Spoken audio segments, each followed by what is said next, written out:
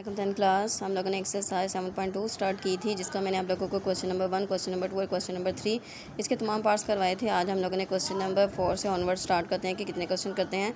तो question number मेरा target ये है कि हम लोग इंशाल्लाह ताला आज क्वेश्चन नंबर 9 तक करेंगे। तो क्वेश्चन नंबर 4 आ रहा है कोस की लंबाई मालूम करें। यहाँ पर हमारे पास देखें कि एज ए इस तरीके से दिया गया था, थीटा मालूम करें, एल मालूम करें, आर, जबकि वैल्यू इस तरीके से गिवन थी। लेकिन यहाँ पे एज ए स्टेटमेंट गिवन है कि कोस की लंबाई मालूम करें, मतलब कि हम लोगों ने क्या फाइंड करना है, एल फाइंड करना है, जो कि दायरा के मरकज़ पर 1.5 रेडियन का जाविया बनाती है। मतलब कि यहाँ पे थीटा की वैल्यू क्या है, 1.5 रेडियन है, जबकि दायरे का रदास क्या है, 12 है। यहाँ पे आप लोग नोट करेंगे हमारे पास यहाँ पे जो सी है दरअसल जो वैल्यू गिवन है वो इस लिहाज से क्वेश्चन नंबर 2 के मुताबिक है, थीटा की वैल्यू और आर की वैल्यू गिवन है और एल की वैल्यू फाइंड आउट करनी है। तो करते हैं क्वेश्चन नंबर 4। जी 10 क्लास इस तरीके से हम लोगों ने क्वेश्चन की इन्फॉर्मेशन के अकॉर्डिंग जो रिक्वायर्ड इन्फॉर्मेशन है वो हम लोगों ने लिख ली है कि एल की वैल्यू फाइंड आउट करनी है, थीटा की वैल्यू 1.5 रेडियन और आर की वैल्यू 12 मीटर है। फार्मूला हम लोगों ने यही वाला यूज़ करेंगे, L is equal to R theta. अब इसमें क्या करते हैं, वैल्यू पुटिंग करते हैं, एल की वैल्यू जो कि फाइंड आउट करनी है, तो एल जो है वो एज इट इज़ आ जाएगा और आर की जगह पे हमारे पास आ जाता है, आर की वैल्यू हो जाती है 12, ठीक है, और थीटा की वैल्यू हो जाती है 1.5। 12 को 1.5 के साथ मल्टीप्लाई करते हैं। विथिन क्लास अगर मल्टीप्लाई करते हैं तो इसका आंसर जो सा है, और नोट दैट कि वो हमारे पास क्या आ रहा है, 18 आ रहा है। ओके, तो ये हमारे पास आ गया है 18, और चूँकि हमारे पास रदास का यूनिट था मीटर, तो इसके साथ भी क्या आएगा, मीटर। ये आ गया इसका required answer. Next question discuss करते हैं।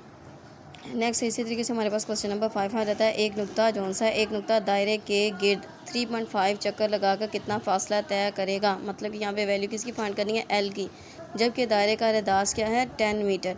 अब यहाँ पे हमारे पास एक नुक्ता दायरे के गिर्द चक्कर लगाकर कितना फासला तय करेगा। अब यहाँ पे दरअसल ये वाली वैल्यू जो सी है वो थीटा की वैल्यू है, ये वाली वैल्यू आर की वैल्यू, और कितना फासला तय करेगा, एल की वैल्यू हम लोगों ने फाइंड आउट करनी है।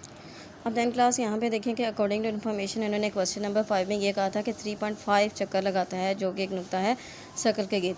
अब देखें कि एक चक्कर जब कंप्लीट होता है तो यहाँ पे हमारे पास आ जाता है, जब एक चक्कर कंप्लीट होता है तो पूरा जो सर्कल आ जाता है, इसका जो जाविया आता है 360 डिग्री हो जाता है 2 पाई के इक्वल, ठीक है। इसी तरीके से जब दूसरा चक्कर कंप्लीट हो जाता है तो फिर इसमें 2 पाई ऐड हो जाता है, तो ये हमारे पास आ जाता है फिर 4 पाई। इसी तरीके से जब तीसरा चक्कर कंप्लीट हो जाता है तो उसमें 2 पाई फिर ऐड करें तो आ जाता है 6 पाई। ओके, फिर 6 पाई के बाद उन्होंने कहा था यहाँ पे कि 3.5 जो सा है वो चक्कर है, वो लगाता है एक नुक्ता। अब ये 3 चक्कर हो गए, 3 चक्कर के बाद आधा चक्कर लगाता है, तो आधा चक्कर लगाता है तो पाई आ जाता है। 6 पाई में जब पाई को ऐड करेंगे तो जो हमारे पास चक्कर आ जाता है 3.5 वो आ जाता है दरअसल 7 पाई। ओके, तो हम लोग यहाँ पे लिख लेते हैं, ठीक है। 3.5 जो चक्कर है, थीटा की वैल्यू आ जाती है 3.5, जो चक्कर थे, एक चक्कर में जो वैल्यू है वो कितनी होती है, वो 2 पाई होती है। 2 पाई को मल्टीप्लाई करेंगे हम लोग 3.5 के साथ, तो वो आ जाता है 7 पाई। ओके, इस क्वेश्चन को नेक्स्ट करने का ना, यहाँ से नेक्स्ट करने के 2 तरीक़ेकार हैं जी। अब हम लोग फार्मूला लिख लेते हैं, L is equal to R theta. इसमें वैल्यू पुटिंग करते हैं 10 और थीटा की वैल्यू हम लोग लिख सकते हैं मल्टीप्लाई बाय 7 पाई की वैल्यू क्या होती है 22/7। इस तरीके से भी कर सकते हैं, और अगर हम लोग इस तरीके से, मैं आपको अभी कैलकुलेट करके बता देती हूँ जी। तो हमारे पास आ जाती है 10 मल्टीप्लाई बाय 7 मल्टीप्लाई हो जाता है 3.142 जी। 10 क्लास में सबको मल्टीप्लाई करें तो हमारे पास आ जाता है 19.94, तो आ जाता है हमारे पास 9 से ग्रेटर था, इसका मतलब आता है 220 अप्रॉक्सीमेट जो सी है लेंथ की वैल्यू आ रही है। ओके, और अगर डायरेक्टली जो सा मल्टीप्लाई करें, मतलब कि हम लोग इस तरीके से मल्टीप्लाई करते हैं कि 10 मल्टीप्लाई बाय, ठीक है, मल्टीप्लाई बाय 2 मल्टीप्लाई बाय 3.142 जी। 10 क्लास अगर इस तरीके से भी वैल्यू पुट करेंगे और अगर इस तरीके से भी वैल्यू पुट करेंगे, तो मतलब कि हम लोग मल्टीप्लाई करते हैं इस तरीके से कि 10 मल्टीप्लाई बाय 2 मल्टीप्लाई बाय 3.14, मतलब कि पाई की वैल्यू 3.5, तो फिर भी हमारे पास इस तरीके से 219.94 आ रहा है। और अगर कुछ वैल्यू को यहाँ पे फर्दर सिंप्लीफाई करें तो 220 जो सा है वो डायरेक्टली भी इसका आंसर आ जाता है। ओके, तो क्वेश्चन नंबर 5 का जो रिक्वायर्ड आंसर हमारे पास आ गया है वो आ जाता है 220 मीटर। जी धन क्लास नेक्स्ट हमारे पास आ जाता है क्वेश्चन नंबर 6, जिसमें आ जाता है कि 3 बजे घड़ी की सुइयों के दरमियान 12वीं पैमाइश में ज़ाविया कितना होता है। 3 बजे जब पूरे 3 बजते हैं तो हमारे पास किस तरीके से आ जाती है, एक सुई जो सी वो 3 पे होती है और दूसरी सुई जो सी है वो 12 पे होती है। ठीक है, तो उन्होंने कहा है कि 12वीं पैमाइश में फिर जब 3 बजते हैं तो ज़ाविये की मिकदार कितनी होगी। जी धन क्लास अब यहाँ पे जो सी है उन्होंने घड़ी जो सी है वो ये बताया है कि घड़ी की जो शेप है वो दायरा नुमा है। दायरा नुमा है तो जब दायरा नुमा में एक पूरा सर्कल जो सा है जब कंप्लीट होता है तो अगर डिग्री के लिहाज से देखें तो हमारे पास आ जाता है 360 डिग्री, और अगर रेडियन के लिहाज से देखें तो आ जाता है 2 पाई। यहाँ पे ये वाला हमारे पास ज़ाविया मुकम्मल बनता है। ठीक है, अगर एक पूरा सर्कल कंप्लीट हो जाए, यह रहता है हमारे पास ज़ाविया की मिकदार। फिर आ जाता है कि एक घड़ी में टोटल जो घंटे होते हैं वो कितने होते हैं, वो होते हैं 12। ओके, और आप लोग देख सकते हैं कि जब ये डायग्राम बनाई है तो अंडरस्टूड है कि यहाँ पे कौन सा ज़ाविया बन रहा है, दरअसल 90 डिग्री का, जो कि हम लोगों ने प्रूव करके बताना है। तो इस तरीके से बताएंगे कि दायरा हमारे पास आ जाता है कि एक दायरे में, ठीक है, टोटल ज़ावियों की मिकदार। जी टेन क्लास इस तरीके से क्वेश्चन की इन्फॉर्मेशन के अकॉर्डिंग लिख लिया है कि घड़ी में कुल ज़ाविये कितने होते हैं, 360 डिग्री आ जाता है, जो कि रेडियन में आ जाता है 2 पाई। घड़ी में टोटल घंटे कितने होते हैं वो हमें पता है, सबको क्या जाता है वो 12। एक घंटे में ज़ाविये की पैमाइश करेंगे, अगर एक घंटे की मालूम हो जाएगी तो इससे ये पता चल जाएगा कि 3 जो घंटे होते हैं उसमें भी ज़ाविये की पैमाइश क्या है। लाइक अगर हम कह देते हैं कि एक कैंडी जो सी वो 2 रुपीज़ की और 5 कैंडी कितनी की होगी, तो 2 को 5 के साथ मल्टीप्लाई करते हैं तो आ जाता है 10। ओके, तो एक घंटे में ज़ाविये की मिकदार मालूम करने के लिए क्या करेंगे कि जो हमारे पास टोटल घंटे हैं, ठीक है, टोटल जो ज़ाविये की मिकदार है वो हमारे पास आ जाती है 2 पाई। टोटल ज़ाविये की मिकदार क्या है, 2 पाई।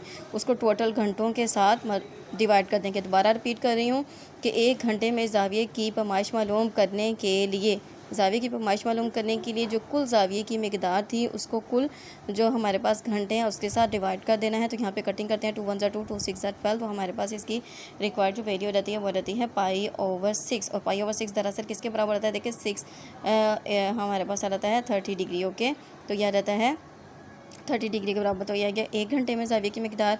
अब हम मालूम करेंगे 3 घड़ी के 3 बजे, ठीक है, घड़ी के जब 3 बजते हैं तो ज़ाविये की 12वीं पैमाइश। जी टेन क्लास 3 बजे 12वीं घड़ी में ज़ाविये की पैमाइश लिख के, ठीक है, 3 को मल्टीप्लाई कर लेते हैं हम पाई/6 के साथ। यहाँ पे कटिंग करते हैं, 3 1 3 3 2 6।